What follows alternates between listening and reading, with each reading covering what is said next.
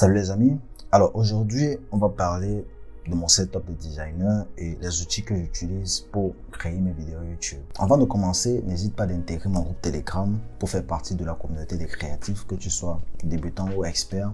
Là-bas, on pourra se partager des idées, on pourra se partager des challenges, on pourra se donner des conseils pour mieux évoluer dans ce domaine-là. Alors, on va commencer par mon ordinateur principal qui est mon MacBook Pro édition 2021. C'est un Core i5 avec une capacité de 8 Go de RAM et une carte graphique Intel de 2,8 GHz. Bon, 128 Go, c'est un peu abusé. Des logiciels comme par exemple Photoshop, Illustrator fonctionnent bien là-dessus. Mais si vous êtes vidéographe, je ne vous conseille pas d'utiliser cet ordinateur-là. C'est vrai que quand j'achetais cette machine, je n'avais pas encore l'idée d'avoir une chaîne YouTube parce qu'il n'est pas assez performant pour des vidéos 4K comme vous le voyez là. Alors vous pouvez bien éditer vos vidéos avec cette machine-là, mais lors de l'exportation de la vidéo, il sera un problème.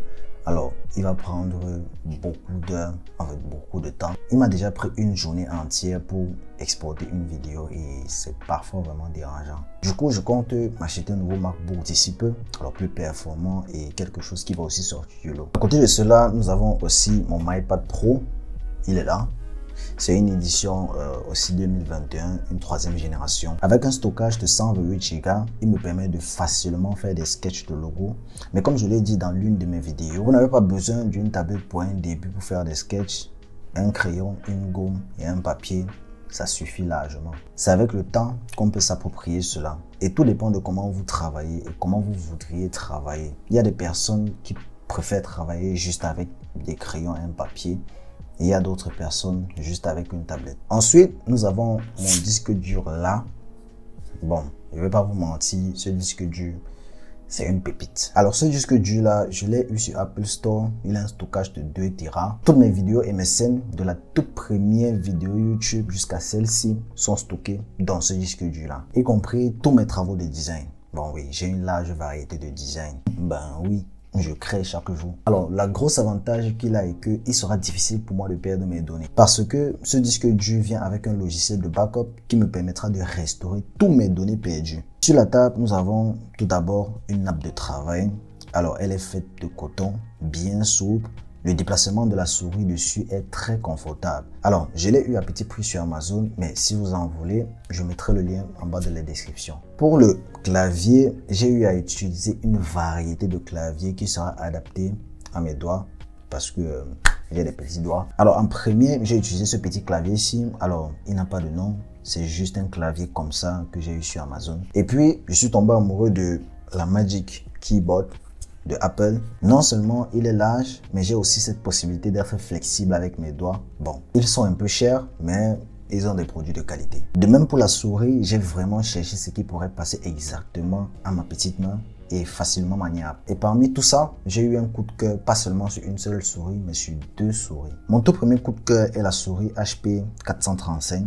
Alors cette souris, je l'utilise beaucoup quand j'édite mes vidéos. Avec les boutons de côté, il me permet de faire des navigations facilement sans passer par des logiciels. Et mon deuxième coup de cœur est la souris de chez Satechi. Alors petite anecdote, elle n'est pas faite pour des grosses mains. Et comme j'ai des petites mains, je l'utilise beaucoup pour créer mes logos et tout ce qui concerne le branding. Vous vous demandez sûrement pourquoi je n'utilise pas la Magic Mouse de chez Apple.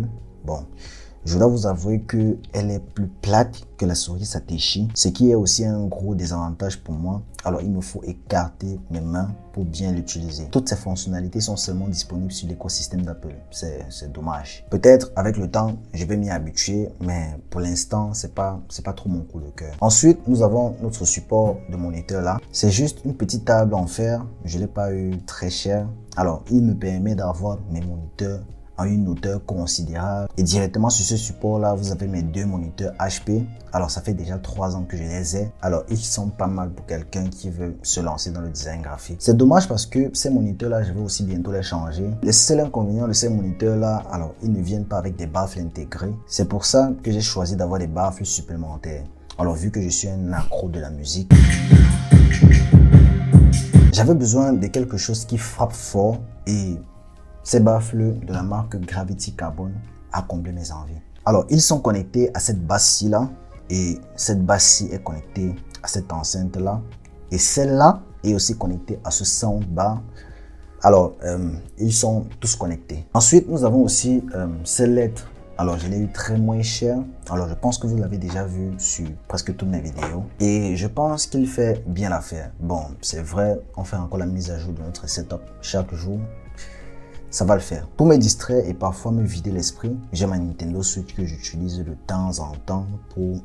Alors, quand je n'ai pas d'inspiration et dans mon temps libre. Alors, venons maintenant à mes équipements YouTube. En toute première position, nous avons ma caméra là, qui est juste devant moi, avec lequel je filme.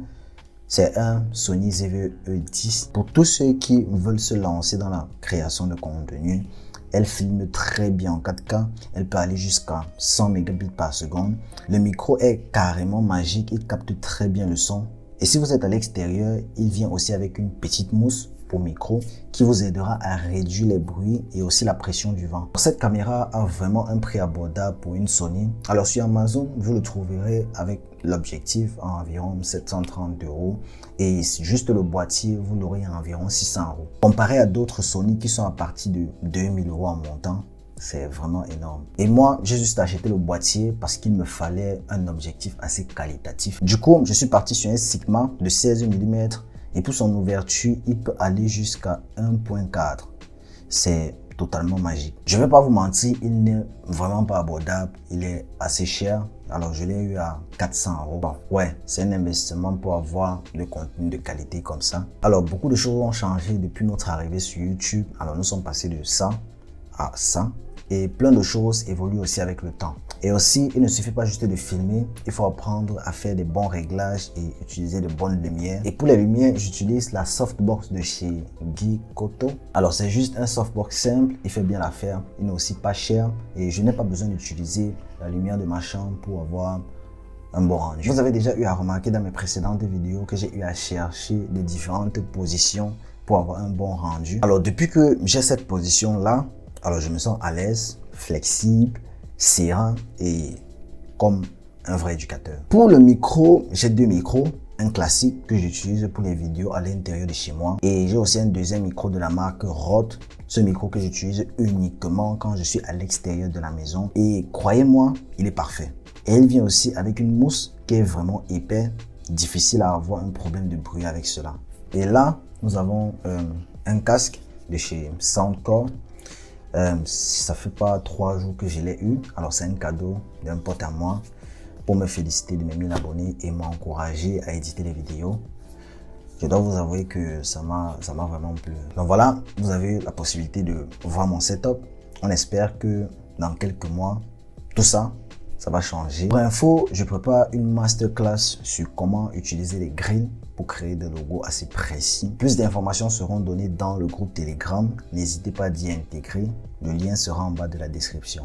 J'espère que cette vidéo vous aura plu. Si c'est le cas, n'hésitez pas de liker, commenter, partager et activer la cloche de notification pour ne rien rater sur les prochaines vidéos. On se dit à la prochaine pour une nouvelle vidéo. C'était Alex.